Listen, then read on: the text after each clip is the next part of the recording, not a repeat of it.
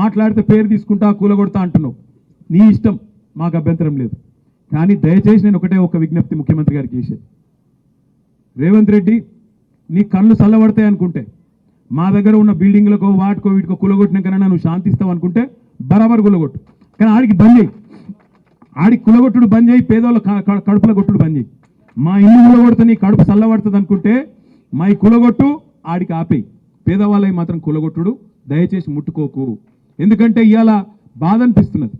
ఓదికేమో రైతుల గోస ఇక్కడ ఇట్లున్నది ఊళ్ళల్లో. హైదరాబాద్ పోతేనేమో ఆ మూసికాడికి పోతే పాపం 30 ఏళ్ళు 40 ఏళ్ళు 50 ఏళ్ళకేంచి వాళ్ళని ఇవాళ ఆక్రమణదారులు అంటాడు ఒకడు, కబ్జాదారులు అంటాడు ఒకడు. అరే నువ్వే ఇచ్చినావు కదా రాబోయ్, నువ్వే కాగితాలు ఇస్తువి, నువ్వే వాళ్ళకి రిజిస్ట్రేషన్ చేస్తువి, నువ్వే బిల్డింగ్ పర్మిషన్ ఇస్తువి, నువ్వే 40-50 ఏళ్ళకెళ్ళి వాళ్ళతోని గర్పట్టి కట్టించుకోబడుతుంది, 40-50 ఏళ్ళకెళ్ళి మున్సిపల్ నీళ్ల పన్ను కట్టించుకోబడుతుంది. అన్ని పైసలు ఇన్ని రోజులు దొబ్బి తిన్నదేమో గవర్నమెంట్.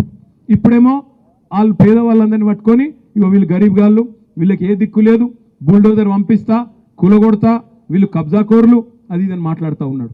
నేను అడుగుతా ఉన్నా రేవంత్ రెడ్డి, మోదాలు నిజంగానే నీకు చిత్తశుద్ధి ఉంటే రెడ్డికుంటలో, కొడంగల్లోని రెడ్డికుంటలో ఎక్కడనైతే నీ సొంత ఇల్లుందో అది కూడా కుంటలనే ఉంది, దమ్ముంటే దాన్ని గూలగొట్టి పేదవాళ్ళ మీదకి రా అని చెప్పి నేను సవాల్ చేస్తా ఉన్నా. మీ అన్నగారు తిరుపతి రెడ్డి, ఆయన ఇల్లు దుర్గం చెరువు FPL ఉంది, మూలాలు దాన్ని గూలగొట్టు, దమ్ముంటే గివి గూలగొట్టు.